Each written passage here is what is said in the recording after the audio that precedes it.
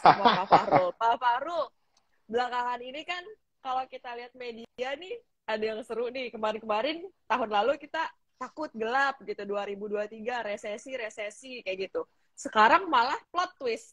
Kata JP Morgan malah kalau nggak resesi, marketnya malah berisiko katanya. Kenapa nih menurut Pak Fahrul sampai ada omongan kayak gini dari JP Morgan kayak gitu? Nah, memang apa namanya ya dalam kehidupan kita di pasar keuangan itu, Ci. Seringkali itu emang kayak gini. Semakin dikejar, semakin jauh. Semakin kalau santai aja malah justru nggak datang gitu, malah datang sendiri. Seringkali kayak gitu. Dan kalau kita ngomong resesi itu memang kalau kita ngobrolin dari tahun lalu, kita itu sudah well anticipate akan resesi itu dari Agustus dan September tahun lalu, Ci. Udah lama kita ngobrolinnya kalau aware. Iya kan? Udah Iya, lama dan betul. itu pas secara nggak langsung itu pasti membuat di berbagai belahan di dunia orang jadi mawas diri.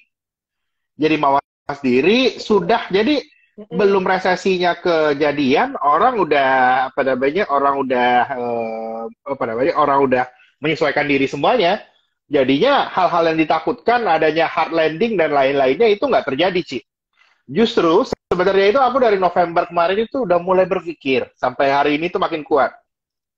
Bisa jadi memang kita itu terlalu takut dengan apa yang akan terjadi di 2023. Tetapi ketidak gara-gara kita tidak terlalu takut ini, kondisinya pasar keuangan itu jadi less risky dan cooling down. Itu kira-kira yang terjadi sekarang. Sehingga resiko resesi crash landing itu so far udah turun drastis, Ci. Itu yang kita lihat. Oke, lucu juga nih ada yang komen memburu cuan.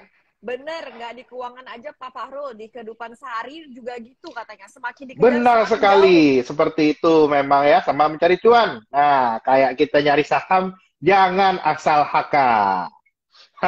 Mirip seperti itu, Ci. Mirip seperti itu. Betul. Semakin kita kelihatan ngarep, makin nggak dapet. Jadi, iya benar. Makanya, Memang jadi itu juga mirip dengan apa yang lagi kejadian di ekonomi kita zaman now. Gara-gara resesinya sudah anticipated, ya aku lihatnya kalau mau cerita-ceritanya soal resesi, itu sudah terjadi di kuartal 4. Data di seluruh ekonomi di perekonomian dunia itu udah slowing down, Ci.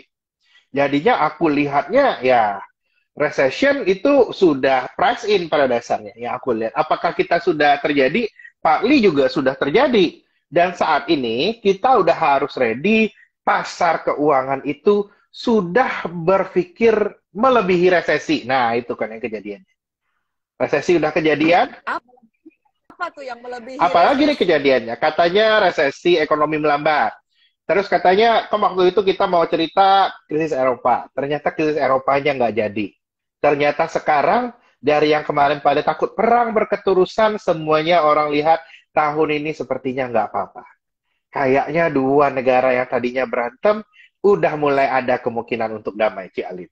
Itu yang membuat kondisi jadi agak tenang. Harga minyak yang tadinya lompat, harga komoditas yang tadinya lompat, udah mulai lebih bersahabat sekarang.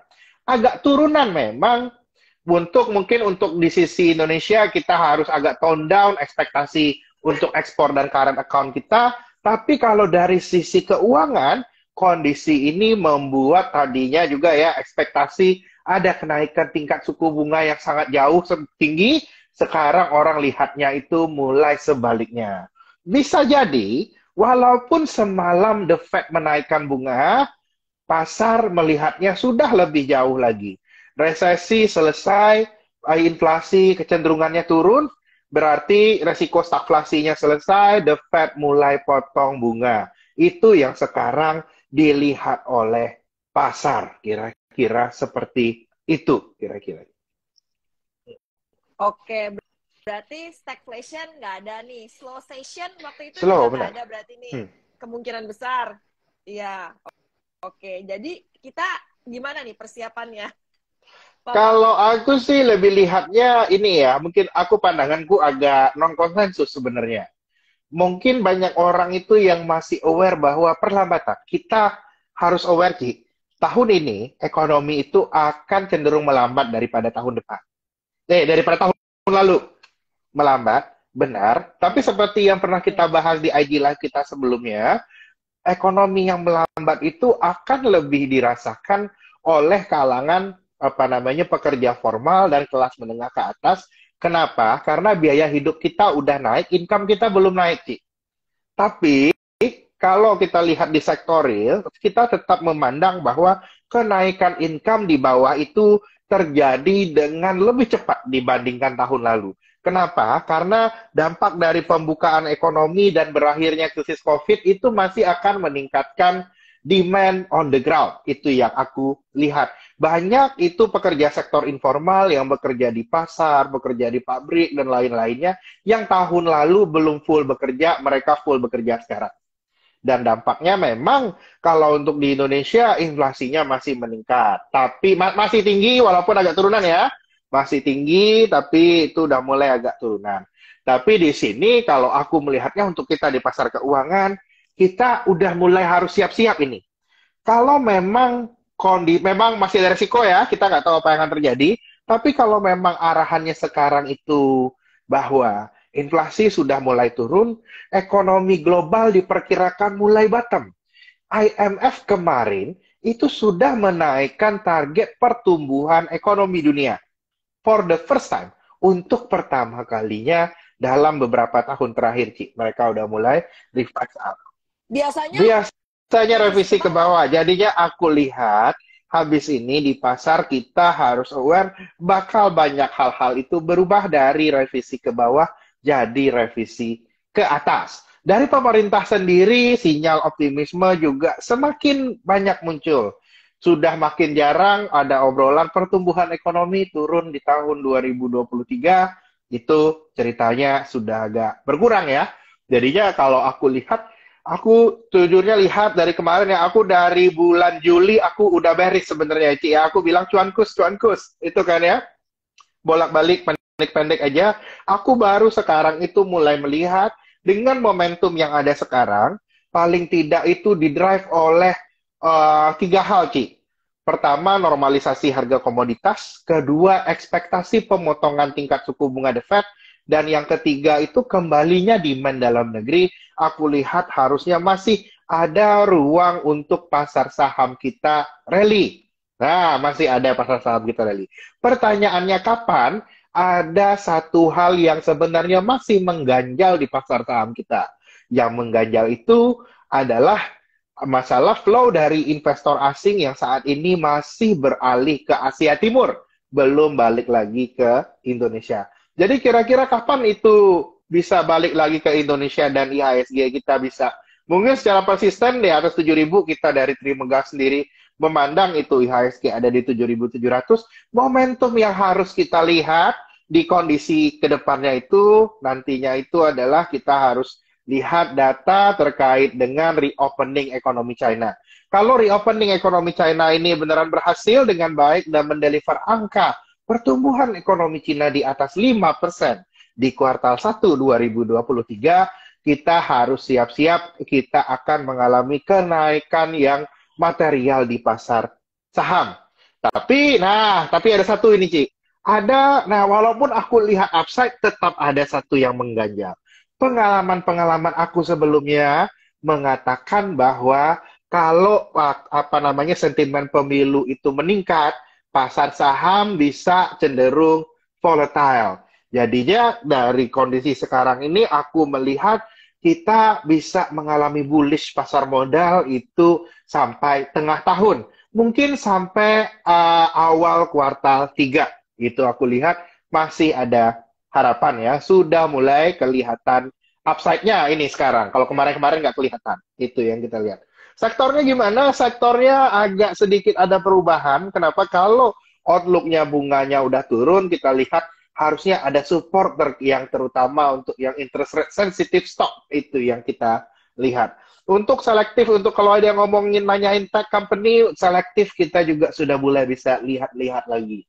Tapi horizonnya, ini nih, walaupun saya udah lihat pasar udah mulai oke, horizonnya tidak sampai akhir second half. Horizonnya sampai kira-kira bulan Juli atau Agustus.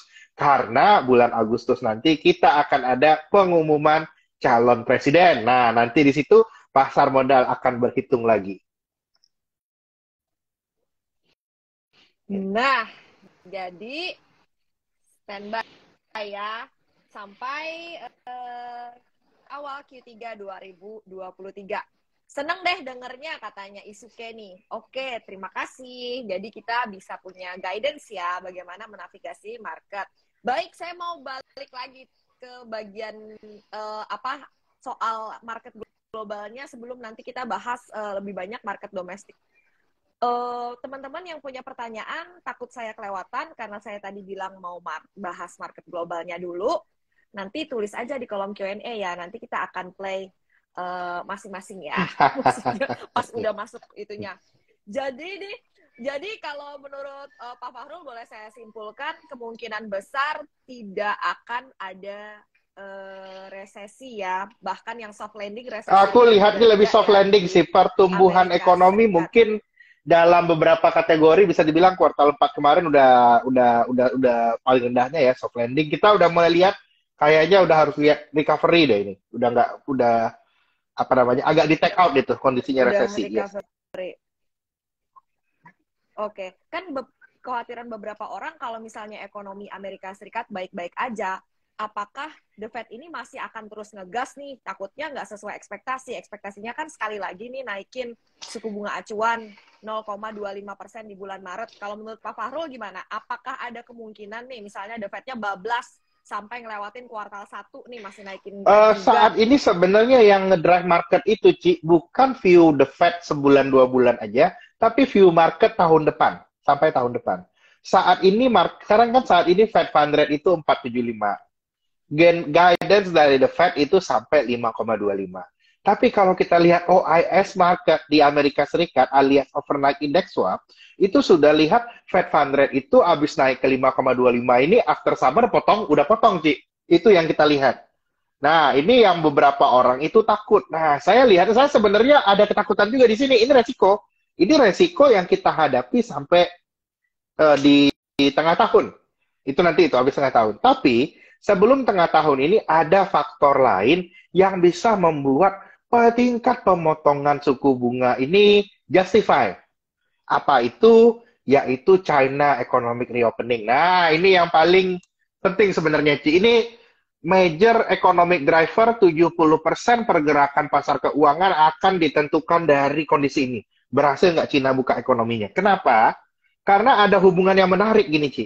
Kalau ekonomi China tumbuh, historisnya ya, ini hubungannya kuat banget. Kalau bisa aku kasih chartnya, aku pasang di sini nih. Cuman nggak enak lah, nanti aja kita sharing di WA group atau di mana ya. Sejarahnya itu bilang kayak gini, Ci. Kalau pertumbuhan ekonomi Cina naik, unemployment di Amerika itu juga naik. Pengangguran di Amerika itu juga naik. Kenapa kayak gitu? Gara-gara kalau ekonomi Cina bagus, sirkulasi barangnya lancar, di Amerika banyak dapat barang Cina barang Cina lebih murah. Barang Cina yang lebih murah menekan inflasi di Amerika Serikat. Itu satu hal lagi. Yang kedua, barang Cina yang lebih murah membuat barang Amerika tidak laku, sehingga meningkatkan pengangguran. Gara-gara banyak produsen atau pabrik di sana yang mengurangi tenaga kerjanya. Jadinya next bet yang aku lihat akan menjadi penggerak market, nanti setelah bulan Maret, kita harus perhatikan data yang keluar dari China. Kalau kelihatan China itu pertumbuhannya di atas 5%, gas lagi. Itu yang aku lihat. Itu ya, aku lihat akan memberikan sentimen positif ke pasar keuangan. Oke, menarik kalau kayak gitu. Jadi sebenarnya kalau China reopening ini berhasil, itu lebih banyak apa ya? Lebih banyak positifnya, benar. Dan sebenarnya penurunan dolar sekarang itu juga adalah salah satu dampak dari China reopening. Itu yang kita lihat. Walau dalam jangka pendek, sentimen China reopening ini sudah membawa modal pindah dari Indonesia ke China. Tapi once kalau kita lihat setelah Hang Seng, Shanghai, dan lain-lain mengalami kenaikan pasar saham dari awal tahun, kan beda, Ci. Tahun lalu Indonesia lari kan, kencang pasar sahamnya. Tahun ini pasar saham di Asia Timur yang naik. yang aku lihat setelah some rally itu, beberapa rally itu kejadian di pasar saham Asia Timur, kita harus siap-siap juga dana asing itu putar lagi ke Indonesia. Dan karena itu aku lihat momentumnya kapan, momentumnya aku lihat nantinya setelah Maret itu ya aku lihat. Oke, Hmm. setelah Maret ya. Mudah-mudahan Baik balik sih. lagi ke sini. Jadi kalau China reopeningnya sukses, komoditas kita kena berkahnya ada nggak Dapat di tahun dapat ini tuh? berkah, Atau dapat gimana nih Pak berkah, Fahrul? tapi yang harus kita ingin bahwa momentum komoditas itu masih ada tahun ini. Cuman bukan momentum kuat lagi. Yang akan kita hadapi di tahun 2023 ini adalah normalisasi harga komoditas. Harga komoditas itu masih tinggi. Jangan disalahartikan. Harga batu bara masih akan tinggi, tapi tidak akan setinggi tahun lalu. Tahun lalu itu harganya harga kepepet, Ci. Harganya harga perang. Itu yang kita lihat. Sekarang harganya normal. Kita masih, kalau kita sendiri dari Trimegah, lihat harga batu bara itu turun dari rata-rata $300 di tahun 2022. Tahun ini rata-ratanya $200 saja. Bagaimana dengan saham batu bara? Aku lihat saham batu bara, sabar dulu. Walau katanya masih bagus, aku oke, fundamental oke, margin masih oke, tapi belum waktunya sekarang. Belum waktunya. Belum Belum waktunya waktunya, nih ya. pindah dulu. Komoditas Story Indonesia 2023 bukan komoditi. Komoditi masih ada, tapi momentumnya nggak tinggi. Momentum yang tinggi adalah segala suatu hal, segala saham yang berhubungan dengan kembalinya konsumsi masyarakat dan aktivitas ekonomi domestik. Udah lihatin Pegas belum beberapa hari ini? Udah lihatin Wah, saham consumer langsung betul. di-spill nih. Haha, iya, betul kita lihat, kita lihat. Semuanya kita lihat kondisinya mengalami perbaikan. Itu yang kita lihat ya. Jadinya tahun ini tahun kita harus balik lagi ke ekonomi dengan orientasi domestik.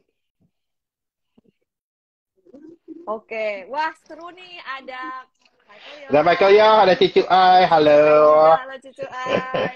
Iya, nggak ada sesi lagi. Even Europe belum tentu resesi nih kata Kalau dengan harga komoditas yang normalize nggak?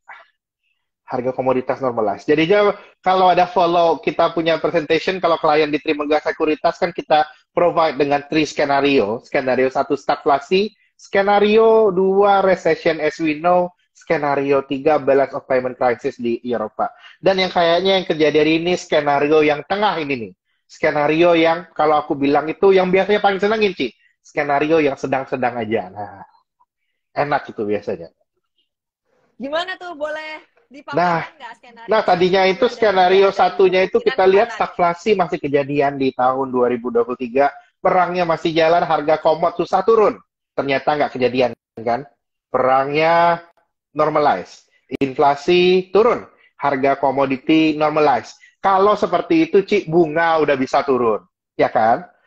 Bunga udah bisa turun, tapi ekonominya jelek dong tadinya gitu. Tapi untungnya tahun ini tidak terjadi ledakan di Eropa. Tadinya saya paling takut itu ada balance of payment crisis di Eropa. Gara-gara mereka nggak bisa bayar buat perang dan komoditas dan lain-lainnya. Untungnya sekarang harga komoditasnya turun, perangnya meredah, euro yang tadinya terus turun udah balik, Ci. Jadinya resiko ledakan di ekonomi mereka itu udah hilang. Jadinya yang akan terjadi tahun ini memang momentum pertumbuhan ekonomi kita somewhat lower. Somewhat aja ya, turun banget nggak? Somewhat aja, enak somewhat lower. Dari tahun ini, tahun lalu 5,3%.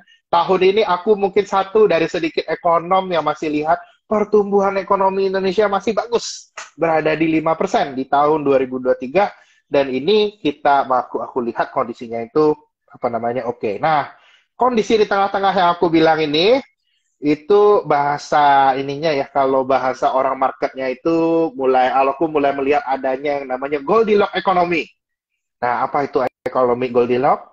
Itu mengambil cerita dari Goldilocks and the Three Bear. Kalau pernah suka baca buku cerita waktu kecil ya, itu menggambarkan ekonominya itu tidak terlalu dingin, not too cold, not too hot, nggak juga terlalu panas, tapi just right. Oke, diminum. Pada pertumbuhan ekonomi bisa oke, inflasinya nggak tinggi, kita udah mulai bisa mikir potong suku bunga. Nah, itu yang aku lihat. Kalau orang mungkin ada beberapa yang bilang BI masih naik suku bunga, aku bilang sudah tidak. Komunikasi dari Bapak Peri Warjio sudah sangat clear bahwa tingkat suku bunga yang ada itu sudah memadai. Nah, itu bisa di googling itu.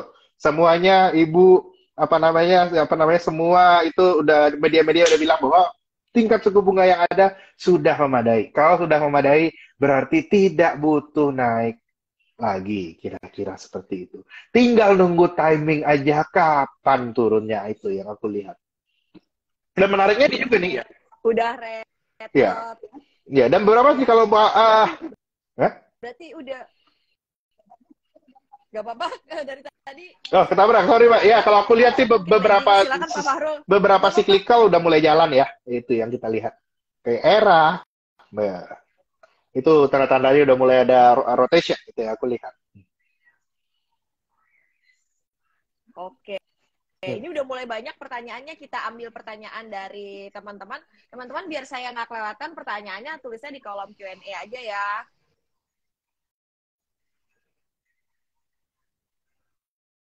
Dari Michael Budi Wardaya, gimana dengan inverted yield curve saat ini? Apakah akan kembali normalisasi? Berapa target yield bond? Kalau yang aku lihat sebenarnya salah satu kondisi inverted yield curve ini lebih menggambarkan perlambatan ekonomi sebenarnya sekarang ya. Yang aku yakin dari dulu. Apakah recession itu dalam atau enggak, ada beberapa hal lain yang bisa ada beberapa hal lain yang juga mendetermine. Kenapa aku nggak expect resesi, Ji? Karena pasar tenaga kerja saat ini tuh masih kencang banget. Orang di Amerika itu pada punya duit so far untuk sekarang. Gara-gara kalau nggak Kenaikan upahnya juga masih ya agak melambat, tapi aku bilang itu masih tinggi. Ini yang menyebabkan banyak perdebatan sebenarnya. Yang aku lihat dengan kenaikan upah masih tinggi ini, orang Amerika income-nya masih ada. Sehingga kalau aku dari tahun lalu itu, aku kan pada awalnya itu melihat resesi yang light aja kejadiannya. Walaupun akhirnya sekarang sentimennya udah nggak ada resesi ya. Resesi yang light ini dan malah nggak ada resesi ini harusnya aku lihat sooner or later itu akan membuat yield curve yang sekarang inverted itu akan balik. Aku melihat saat ini itu tingkat imbal hasil bond yield 10 tahun Amerika Serikat harusnya lowest itu bisa di 3,2%. Sekarang di 3,4. Oke. Dari Irfan Lee Marto ini bertanya, saya tampilkan tapi kepotong, saya bacakan. Banyak institusi keuangan memprediksi terjadinya perlambatan ekonomi yang akan terjadi. Apa dampaknya bagi IHSG jika terjadi ditambah dengan indikasi adanya debt crisis? Ini debt crisis yang di US kayaknya ya. Ini aku agak beda nih. My view on debt ceiling itu ini juga aku agak non-konsensus. On debt ceiling, sebenarnya dari tahun 2022 itu aku suggest, waktu itu aku lihat kalau mau marketnya kondusif, negara-negara di seluruh dunia itu sudah tidak boleh stimulus lagi, Ci. Kayak kita kan juga Indonesia itu sudah menurunkan defisit. By law, memang debt ceiling ini akan mendatangkan gejolak di Amerika Serikat. Tapi by market itu sebenarnya ingin debt ceiling ini. Kenapa debt ceiling ini kenapa diinginkan?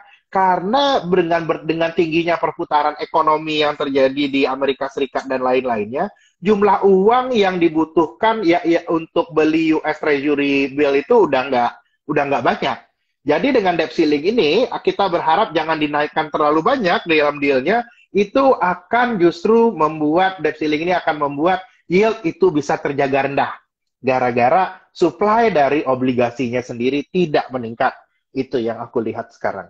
Resiko selalu ada. Resiko terbesar kalau debt ceiling ini pasti orang lihat Amerika bisa default nggak? Nah, itu kan orang lihat. Kalau yang aku lihat sih, debt ceiling crisis terjadi berkali-kali dan itu adalah proses politik yang terjadi di dalam pemerintahan di Amerika Serikat. Yang aku percaya Amerika Serikat tidak akan mendefaultkan diri. Kalau default pun mendefaultkan diri itu, Ci. Mereka kalau mau ngeluarin aja seluruh dunia masih mau membeli, but at good price. Itu pada dasarnya. Jadinya aku lihat kita sabar saja menanti kondisi ini. Resikonya justru kalau utangnya dilepasin lagi. Tahun ini memang setahun kita nggak boleh ngutang. Pemerintah nggak boleh ngutang tahun ini. Aku pun urge kepada Kementerian Keuangan, kalau bisa tahun ini kembali lagi dengan kinerja yang mantap seperti tahun 2022 dengan realisasi APBN di atas target dan defisitnya harus lebih rendah lagi dari APBN-nya. Aku lihat tahun ini pemerintah kita harus di bawah 0,8% GDP. Gara-gara pendapatan pajak masih akan bagus. Itu kira-kira yang aku lihat. Oke. Pada banyak nanya soal emas, view-nya Pak Fahrul. Aku lihat bullish di emas itu masih bisa terjadi paling tidak sampai September. Kenapa aku lihat sampai September? Aku mengekspektasikan puncak dari sentimen penurunan bunga itu akan terjadi di September. Karena aku pada dasarnya itu masih melihat inflasi ini kalaupun turun nggak bisa terlalu turunnya itu persisten. Dampak dari high base inflasi tahun lalu akan habis di bulan September dan di akhir tahun depan itu sudah mulai akan ada normalisasi inflasi yang mungkin tidak serendah diperkirakan oleh orang-orang sebelumnya. Jadinya juga ekspektasi bunga turunnya selesai.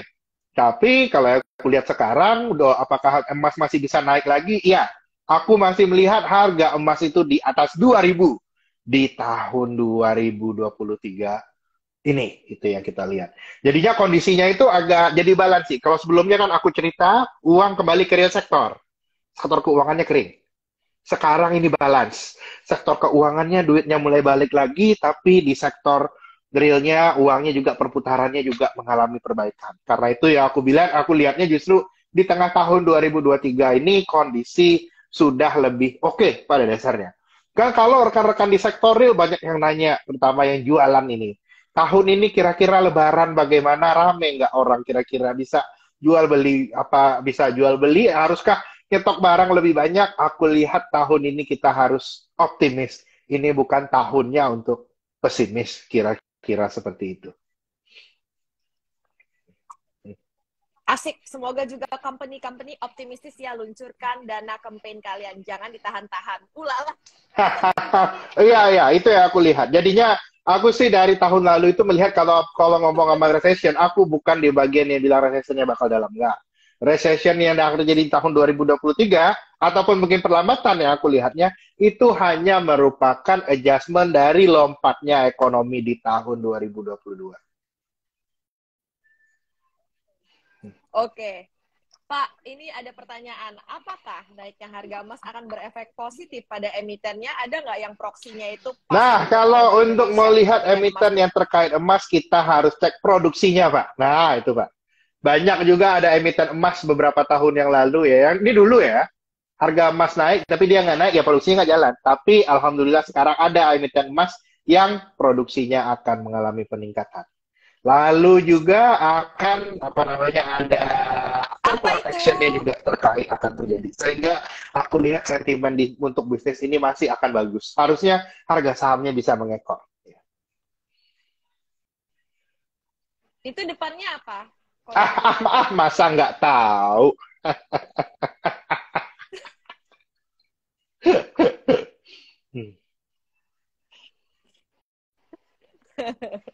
Baiklah. Ini banyak pertanyaan terkait komo-komo, mungkin masih pada banyak yang pegang saham komo. Baiklah, kita akan tanyakan kepada Pak Fahrul ya. Kalau komo nikel aku oke. Nikel related oke. Fine, karena China udah reopening, investment to ini untuk akan meningkat. Kalau untuk batu bara aku bilang it's not the time. Kata aku pindah dulu aja ke sektor yang lain. Ada pilihan lain yang lebih menarik. Baik, ini pertanyaan masih terkait Komoko nih ya. Kalau udah terlanjur pegang emiten batu bara dengan harga tinggi, lebih baik lepas atau tunggu dividen baru lepas dengan risiko harga makin turun? Mungkin tergantung Bapak lihatnya itu, Bapak ini profilnya seperti apa, Pak? Kalau Bapak adalah seorang trader, ini beda ya. Trader itu cenderung dana kelolaan atau aset under manajemennya atau uang yang begitu kita putar itu nggak terlalu banyak. Itu saran aku daripada mungkin wise untuk hanya ngejar harga naik sebelum dividen. Dividennya nggak usah dikejar. Tapi kalau Bapak gede banget, oke, ngambil dividennya nggak apa-apa. Ada beberapa batubara memang, perusahaan batubara memang yang dividennya gede banget. Tapi kalau aku ngelihat kondisi sekarang, mending kita pindah cari sektor yang lain, yang lebih oke. Itu yang kita lihat. Ada pilihan yang lain.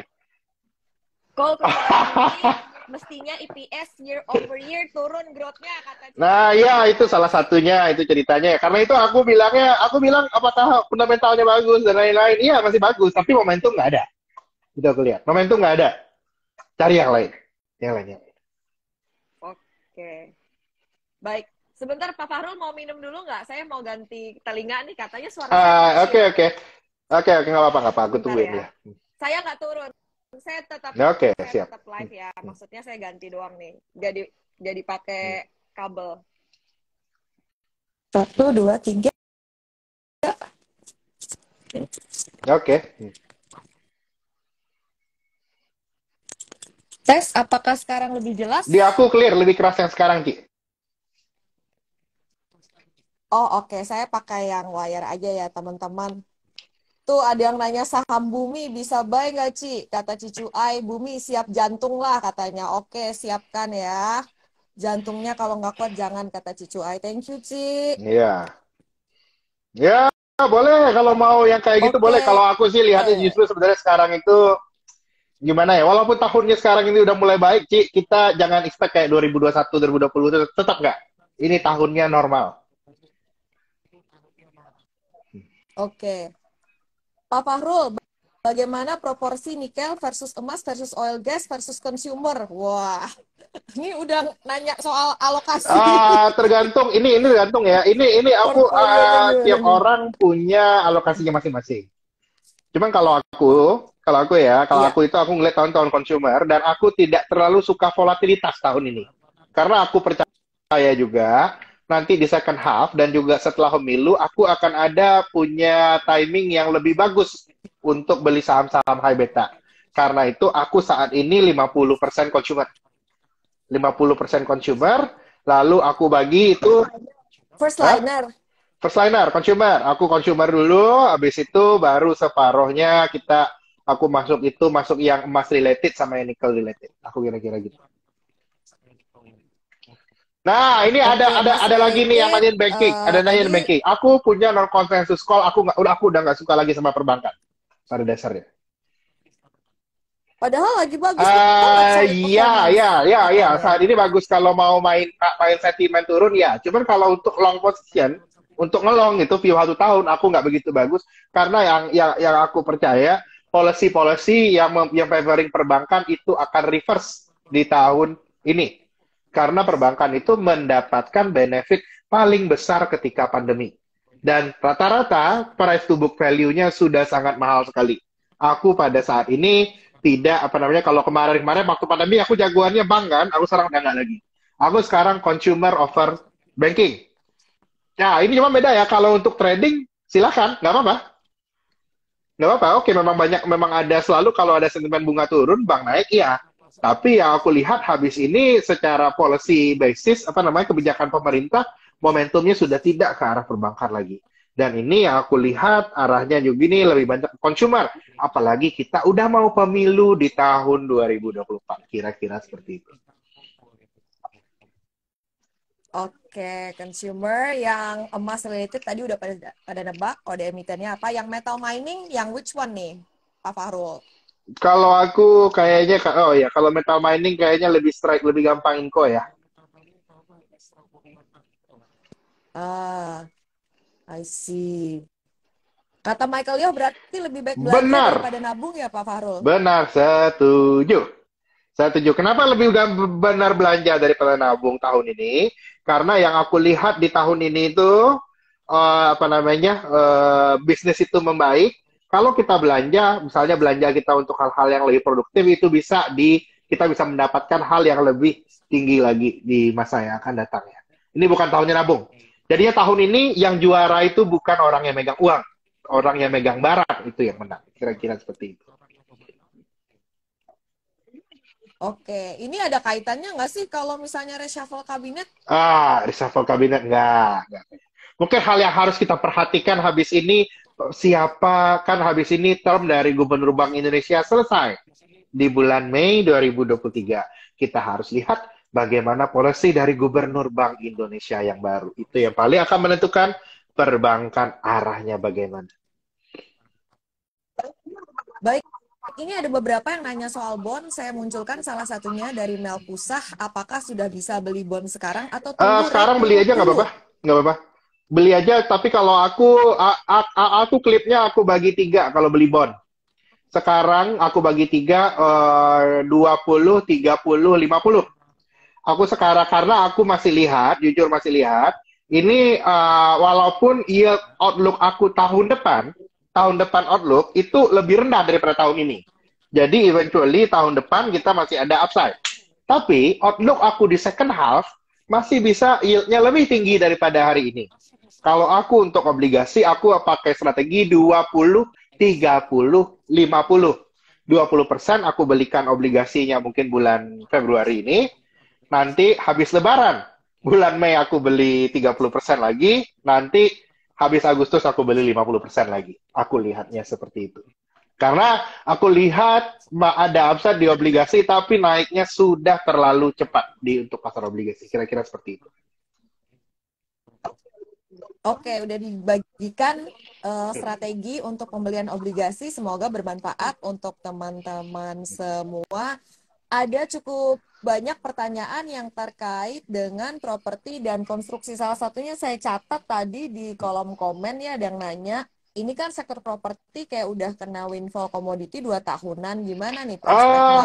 properti itu permasalahan yang jadi hurdle utama properti itu tahun ini itu adalah ini bukan tahunnya orang belanja properti, tapi masih orang tahunnya itu jualan. Kenapa orang tahun ini jualan? Gara-gara bisnisnya bagus. Bisnis bagus butuh modal kerja dong. Dan kemarin banyak yang udah beli properti zaman pandemi harus jual lagi, Ci, sekarang. Gara-gara bisnis bagus. Ini bukan orang beli properti Nah, ini bukan gara-gara ini, tapi kalau bisnis bagus, uang muter, properti nggak jalan. Properti itu selalu disokong oleh uang yang nggak kepake, uang yang numpuk nggak tahu di kemana-manain. Dan satu itu nggak ada di kondisi saat ini, dan yang kedua ini tahun pemilu. Kita jangan lupa tahun pemilu biasanya orang cenderung menunda pembelian propertinya. Nah, kapan properti itu bagus? Aku lihatnya properti itu kemungkinan besar itu akan bagus 2024 habis pemilu. Aku lebih lihat ke sana. Sebelum itu, satu lagi ini oke. kan mau pemilu, Ci. Kalau orang pemilu, kebanyakan kalau nyalek itu jualan rumah, Ci. Iya nggak sih? Yang beli Ntar cucu cuy, ay yang tuh. beli. Ay, beli Cucu ay. ay. Beli Belanja properti orang yang properti. mau nyalek ya.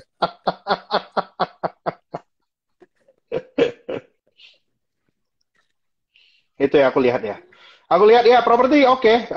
Ini the things about properti itu sekarang, kalau kita mau lihat seluruh bad news sudah price in sebenarnya. Kalau mau nampung view 2 tahun 3 tahun boleh. Aku lihat udah boleh nggak apa-apa. Aku nggak ada pushback, masih walaupun downside udah minimum, tapi belum ada katalis yang muncul. Ini mirip kayak aku bilang beli beli gold Oktober November kemarin, Ki. Aku waktu itu aku nggak tahu lagi nih sentimen turunnya, apalagi nggak ada habis. Cuman aku nggak tahu kapan naiknya. Ternyata naiknya cepetan. Kan kita nggak tahu kayak gitu.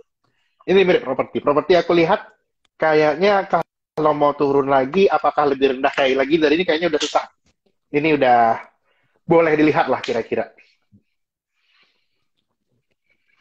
Udah dihantam bertubi-tubi sentimen Ya, pokoknya negatifnya. pokoknya gini, kalau udah semuanya itu udah dianggap rolling jelek, di bertubi-tubi di hantaman sentimen negatif, harga sahamnya udah turun, terus ada kabar news jelek lagi, tapi udah nggak turun lagi, Ci. Kita udah harus lihat nih, apalagi nih news jelek yang mau keluar.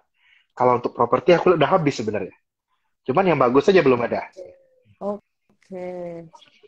Iya, ini kolom komennya seru juga nih. Michael Yo pura-pura dompetnya resesi. Padahal di videonya Felicia Putri Ciasaka, penghasilannya Michael Yo 1 bulan lebih dari 500 miliar. Oh.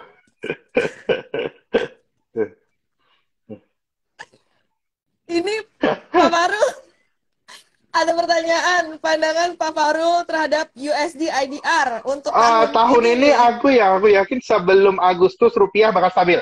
Sebelum Agustus.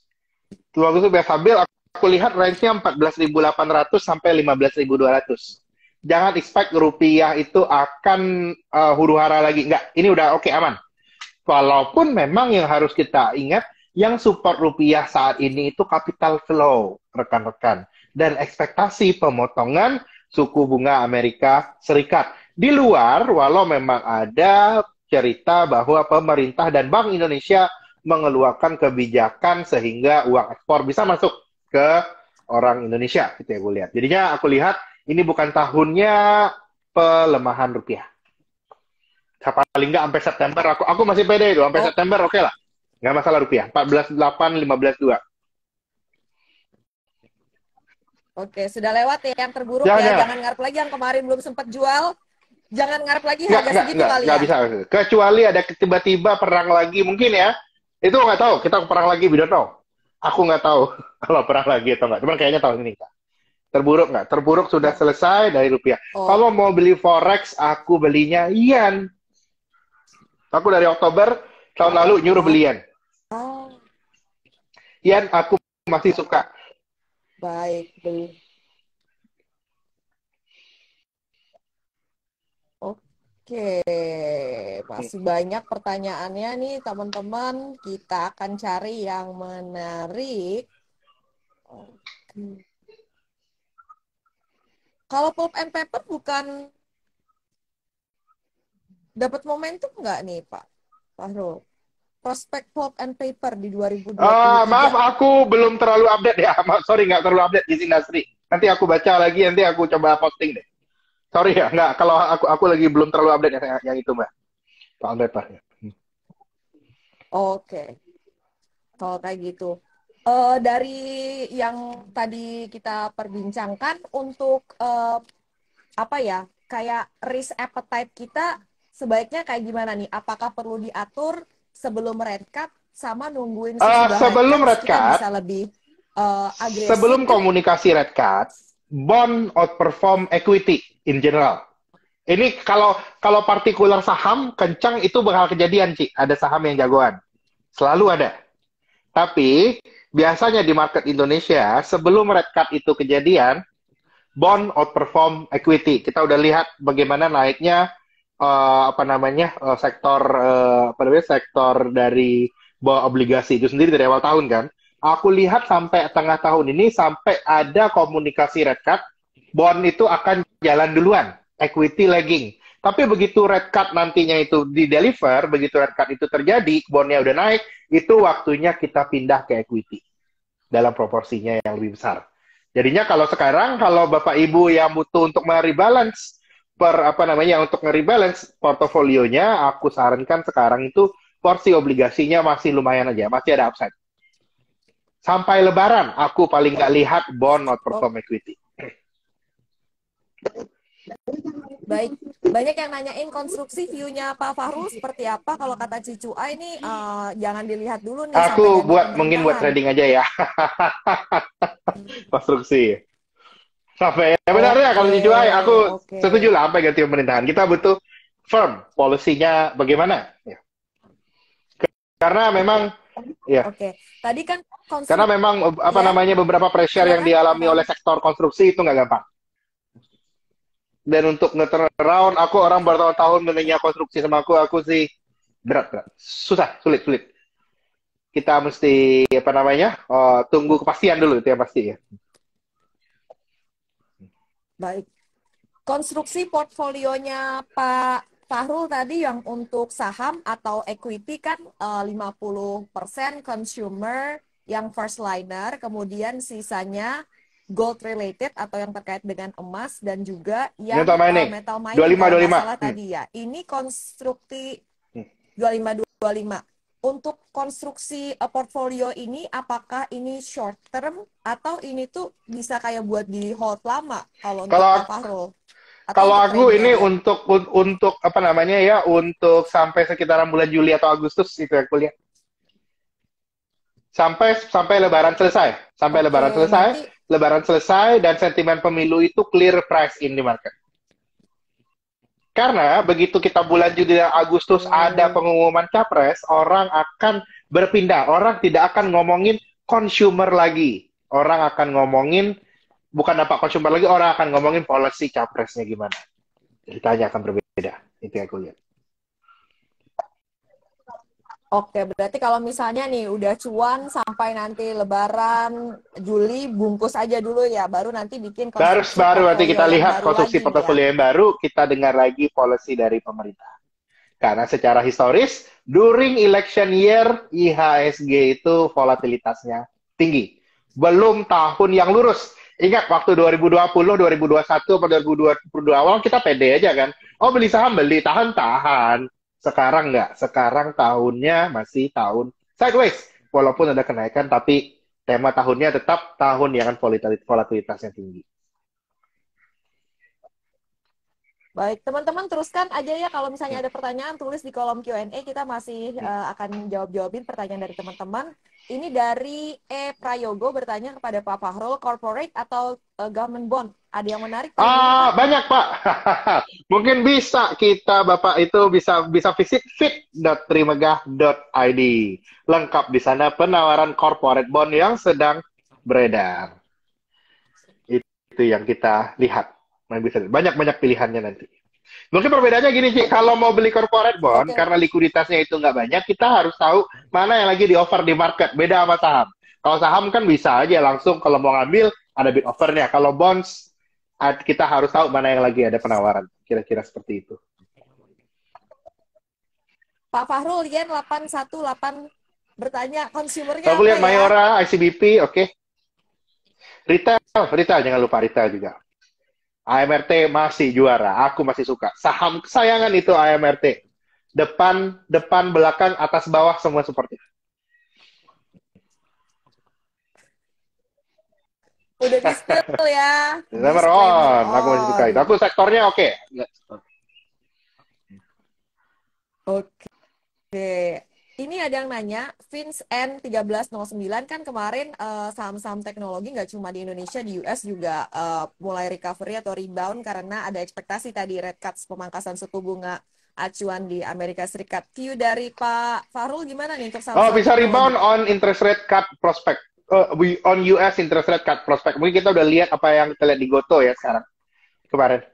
Bisa, tapi tetap stay pada core-nya bahwa itu hanya untuk trading aja on the sentiment on interest rate cut.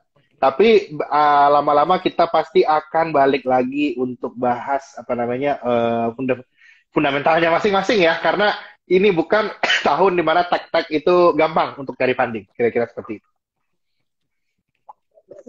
Oke, jadi Momentumnya apa? Momentum sentimen kalau udah beneran cuts, beneran belum tentu, belum tentu. Ya, ini dulu, bahwa market itu ahead. Jadi kalau yang sekarang itu red cut, ya red cut play. Kalau udah red cut beneran, jangan main lagi. Itu sudah basi.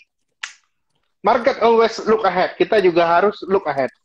Jangan pernah ketinggalan. Apa yang kita lihat di TV, apa yang kita lihat di media, kalau sudah terjadi, itu tidak akan menjadi driver dari market lagi. Kita harus selalu berdiskusi dengan orang-orang yang di market, mungkin dengan Ci Alin, Ci Cuai, atau siapapun, apa yang udah di price in dan mana yang belum di price in oleh market. Kira-kira seperti itu. Kalau red cut sudah 80% price in, kita tinggal nikmatin aja nih. Aku mulai aware aja, lama-lama udah nggak terlalu, ini lama-lama udah price in, kita harus aware juga nih, kapan harus take profit on interest rate cut sentiment.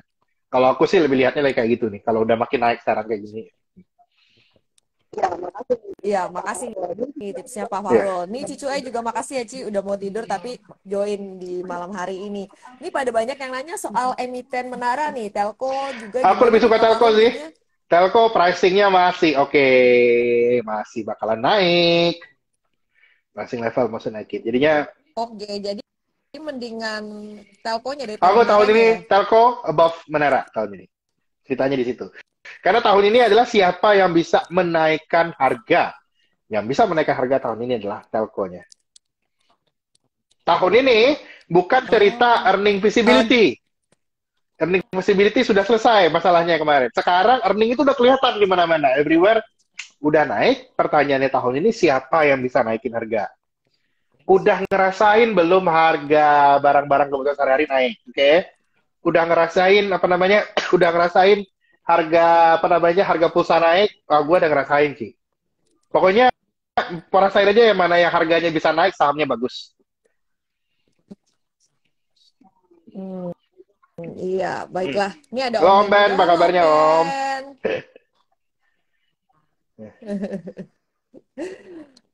Oke, kita akan...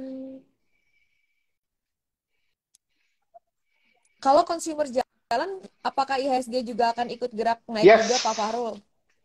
yes, tapi memang cerita tahun ini adalah apakah bank jalan consumer jalan? Iya. Tapi tahun ini aku lihat weighting consumer di HSG akan naik, weighting bank di HSG akan turun. Itu ya aku lihat. Kenapa IHSG itu agak berat dari awal tahun ini naiknya? Gara-gara banknya volatile, consumernya naik pelan-pelan. Kondisinya ya seperti itu. Oke, untuk sektor CPO seperti apa nih? Apakah masih ada Jujur, jujur aku sudah potensi? kapok dengan CPO, Mbak. Policy risk-nya banyak sekali. Nanti kalau naik bagus, oh tiba-tiba harga minyak goreng naik, oke, jadi batal jualan, batal ekspor. Ada lagi pembatasannya macam-macam. Aku jujur ya boleh ada, tapi aku udah kapok jujur sama CPO, kapok. Aku ingat 2021, aku udah mau optimis sama CPO, terus nggak jalan-jalan. Habis itu tiba-tiba, dar kan, minyak goreng diatur, segala macam, ya gimana? Berat jujur. Ya sama juga Ya Ci, kayak CCI ampun berarti Ci, gue CPO. kalau CPO gue udah kapok gue, ampun dah.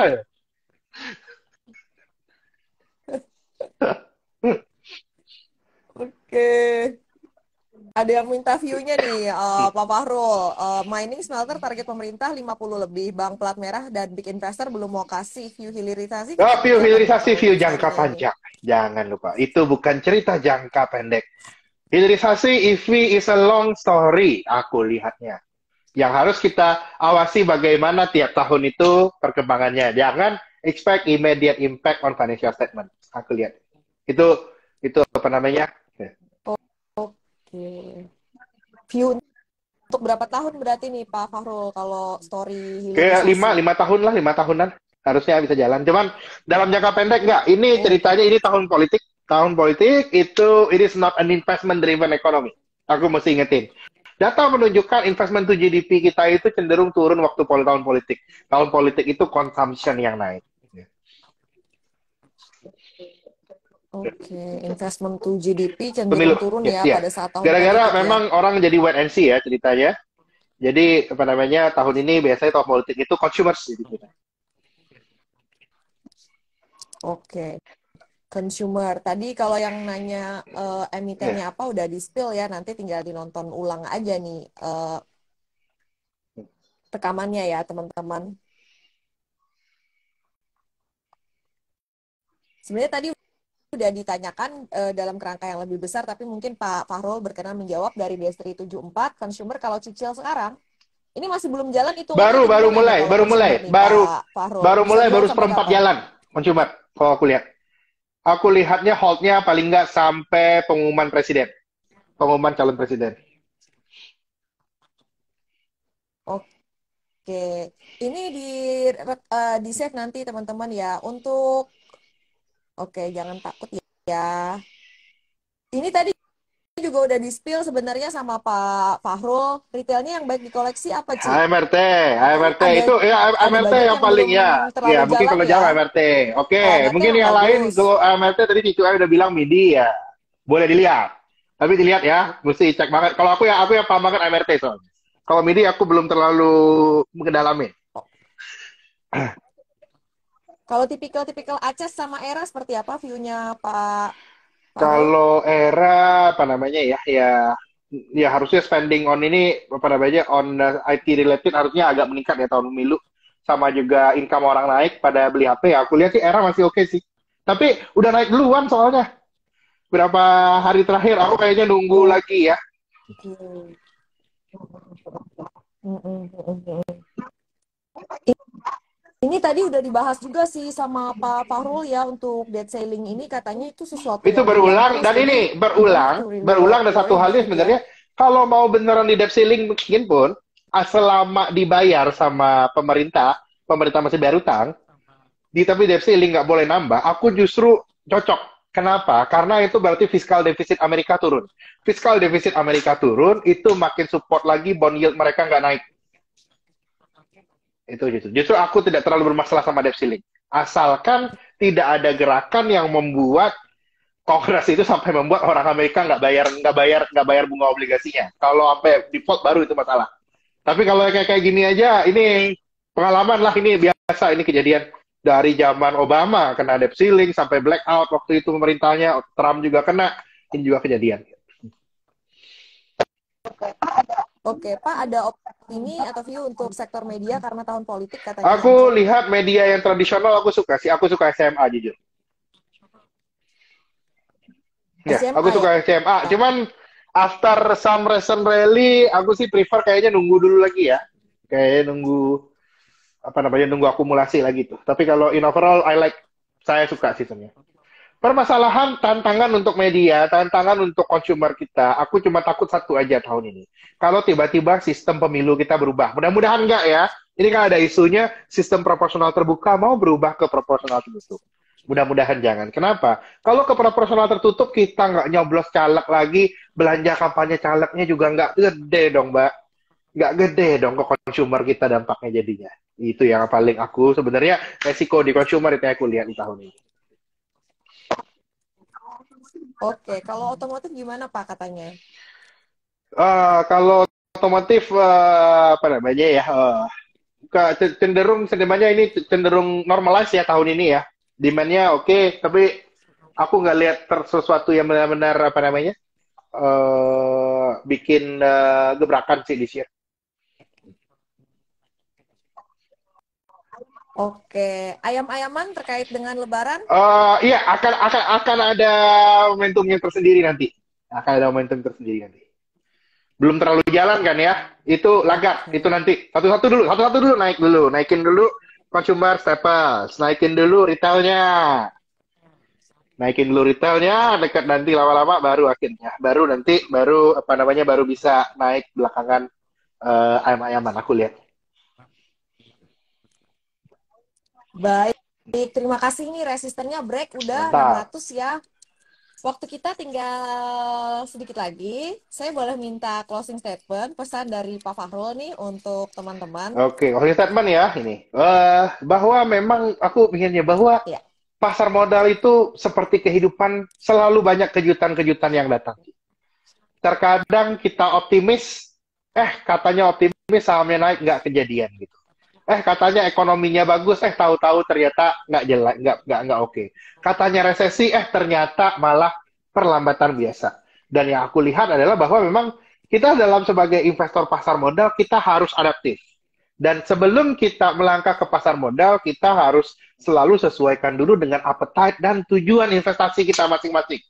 Itu yang kita lihat. Nah, dan itu yang aku lihat. Nah, itu untuk apa namanya, untuk para investornya.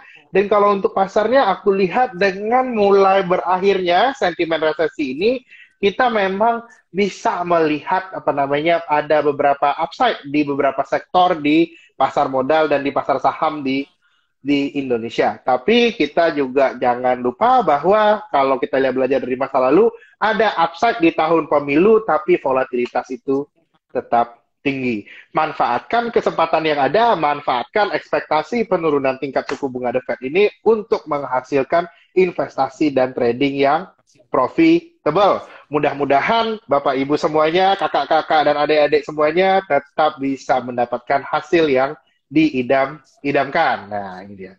Semoga sehat selalu juga. sehat Ya. selalu Pak Fahrul. Terima kasih banyak untuk bagi-bagi ilmu, insight-nya juga pada malam hari ini serasa kuliah 3 SKS kata teman-teman. Iya, bener banget sih ya. Saya selalu suka jelas sama Pak Fahrul dapat insight-insight yang menarik banget. Pak Fahrul, terima kasih sekali lagi. Sehat, sukses, cuan selalu Oke, Pak thank Fahrul. Thank you. you untuk teman-teman semua yang Ya. udah gabung malam hari ini ya. Bye. Bye.